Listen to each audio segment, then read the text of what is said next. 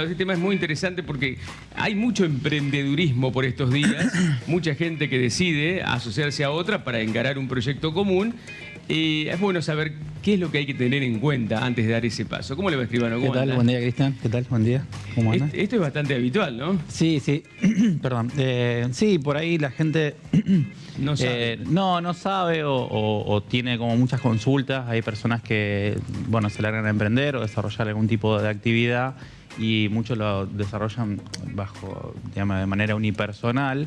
Pero bueno, nosotros muchas veces les ofrecemos también las alternativas que existen desde el punto de vista legal, que es esta posibilidad justamente de crear estructuras o entidades que obviamente a los fines por ahí de mitigar un poco los riesgos, digamos, que tiene sobre todo para los patrimonios personales. Que esta posibilidad justamente que nos da el derecho de crear una entidad, ¿sí?, que cobra, que a partir de la creación tiene el derecho le conoce una subjetividad propia, ¿sí? Es decir, esa entidad es un sujeto que está separado y se diferencia de los socios que le integran. Claro. Y bueno, y a partir de allí uno puede desarrollar algún tipo de actividad de manera asociada, ¿no? Claro. Eso hace que se protejan los bienes de las personas individuales. Claro, exactamente, porque bueno, esta entidad que se le da nacimiento, como yo te decía, tiene una subjetividad diferenciada. Esto significa que tiene una denominación propia, un domicilio propio y un patrimonio propio. Claro. O sea que básicamente todo lo que tenga que ver con la actividad va a estar afectado, digamos, ese patrimonio de manera separada de los socios que le integran. Y para eso, desde ya, para poder lograr ese efecto que la ley te garantiza, desde ya que tiene que tener una sociedad que esté regularmente constituida. Bueno, y ahí estamos nosotros los notarios, que cumplimos un rol muy importante a la hora de la instrumentación y creación de estos tipos societarios, ¿no? De la formalización. O sea, vayamos al ejemplo. Ayelín y yo ponemos un emprendimiento.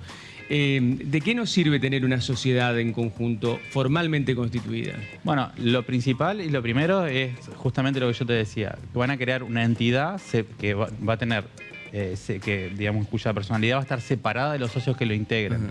Cualquier riesgo, cualquier situación que ustedes tengan respecto a ese tipo para ese tipo de emprendimiento, bueno, van a responder con, digamos, con los bienes de la sociedad, ¿sí?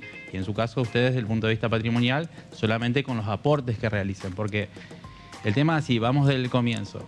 Es decir, una sociedad, como yo les decía, es una entidad que se forma con aportes que hacen los socios. Ustedes dicen, bueno, vamos a hacer esta actividad. Cada uno aporta cierto capital y con ese capital inicial ustedes pueden desarrollar las actividades, ¿no?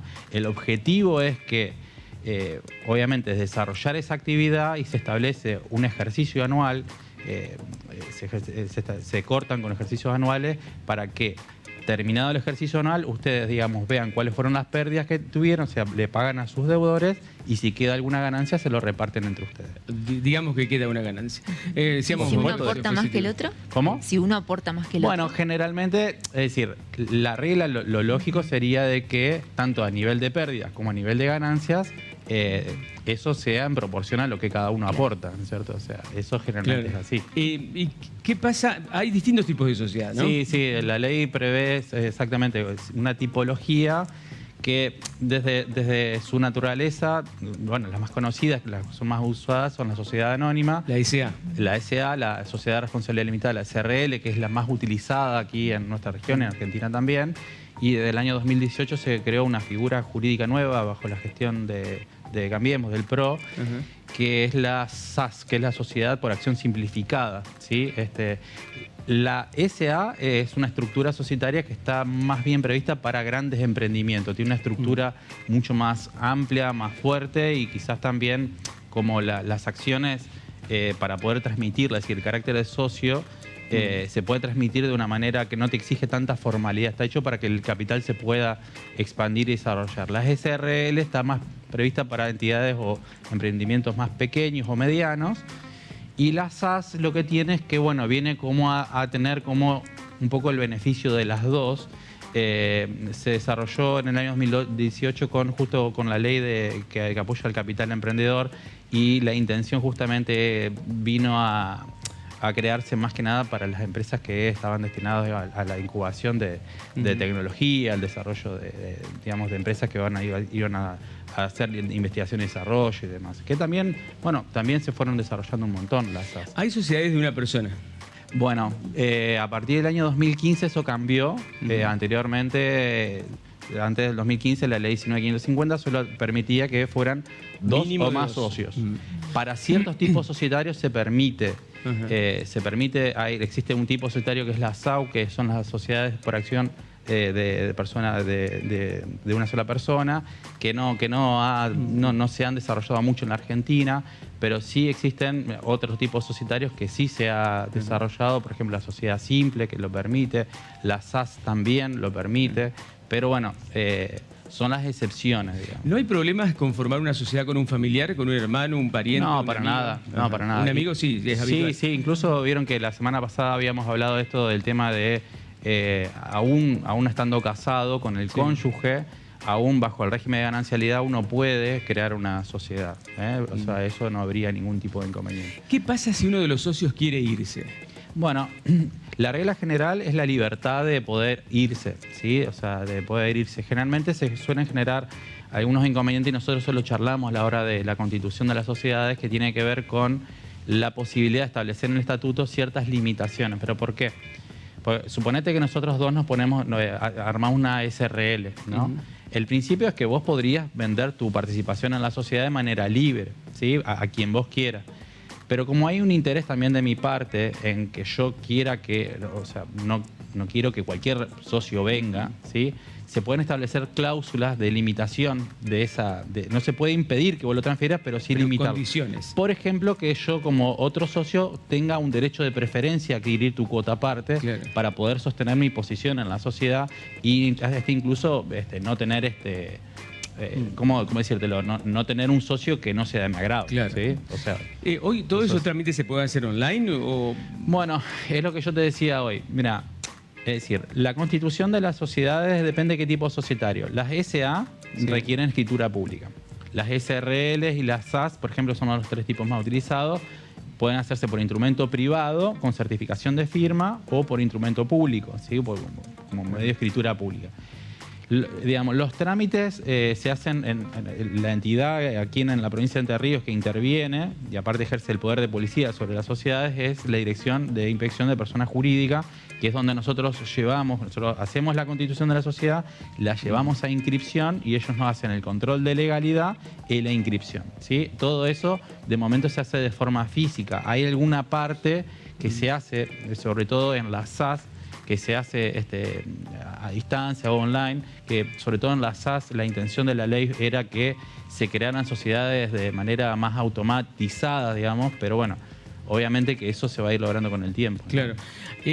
Hay mucha gente que se larga a emprender sin tener todas estas cosas. Exacto, sí. Y a veces las sociedades, de hecho, terminan mal. Sí. Bueno, exacto. Sí. Muchas veces las sociedades, de hecho, yo le digo al público muchas veces cuando dos socios emprenden, se juntan y no formalizan ningún tipo de instrumento y aparte, bueno, no tienen ningún tipo de cobertura legal. No, esto que hablábamos hoy de los beneficios de la separación de personalidad entre la entidad y los socios que la integran, esos beneficios no lo tienen. Entonces, y aparte también, si no tienen las reglas claras de cómo se van a distribuir las pérdidas o las ganancias, o en su caso, cuando termine la sociedad también, cómo van a proceder a liquidar y adjudicarse los bienes que pueden llegar a quedar al momento de finalizar la sociedad, bueno, pueden llegar a ser problemáticos, obviamente. Claro, la famosa frase que dice, reglas claras conservan la amistad. Seguro. Se han terminado negocios, emprendimientos y amistades por eso. Y familias se han destruido. ¿No? Por eso tal somos conocidos, Claro. con tal de no pagar un impuesto, porque algunas de estas sociedades tienen impuestos altos. Sí, bueno, sí, exacto, sí. Pero bueno, eso nosotros, los escribanos, trabajamos muy de la mano con los contadores, que son los que asesoran mucho en lo que tiene que ver toda la parte contable. Pero bueno, de todas maneras lo unificarían en una sola entidad y bueno, y ahí ya el contador le liquidaría todo lo que tiene que ver con ganancias, con IVA, bueno, todos los impuestos que le correspondería pagar a la sociedad. Bueno, te iba a decir algo, o sea que... Sí, una cosa que te iba a decir, que en Argentina son muy habituales las sociedades familiares, que ese es otro tema que por ahí también podríamos hablar en alguna oportunidad, que tiene que ver con que también se pueden crear no solo las entidades, o sea, se crea la estructura societaria, el estatuto societario de una empresa familiar, pero también el Código Civil reconoce lo que son los protocolos de las empresas familiares. ¿Qué pasa con las sucesivas generaciones, ¿sí?, de las empresas familiares cuando van pasando de mano en mano. Claro. ¿Sí? Eso, digamos, es algo que el código ahora lo permite y es algo que los escribanos también estamos trabajando mucho para que haya un convenio, digamos, un convenio de los futuros herederos respecto a este tema, que me parece, ese tema es súper interesante. En Argentina priman las empresas familiares, claro, seguro hasta las grandes, ¿no? Sí, O sea, sí. Hay firmas famosísimas que han nacido Exacto. como empresas familiares. Estaba pensando en algunos nombres, pero después lo analizamos la próxima. Bueno, muchas gracias. Pero vamos a seguir con el tema porque me parece que es básico contarle a la gente que está en esto de emprender que sentar las bases claras de cualquier tipo de organización es la que le da garantía de preservación y sostenimiento en el tiempo. Volvemos a decir siempre lo mismo, digamos. Nosotros, los escribanos, tratamos de utilizar las herramientas legales que tenemos a disposición, ya sea para gestionar cuestiones empresariales, patrimoniales, personales, como previsión, lo que tiene que ver con lo que hemos hablado en otras oportunidades, con el testamento, la gestión del patrimonio familiar, todo lo que tiene que... Tratamos de prever qué va a pasar en el futuro y de mitigar los riesgos lo máximo posible, ¿no? Entonces, por eso es importante que la gente se acerque, bueno, y en base a eso ir configurando los instrumentos legales que los ayude a amparar sus derechos, principalmente, y a su expectativa. La próxima hablamos de las sociedades familiares, bueno, para que no terminen gracias. como... ¿cómo se llama? La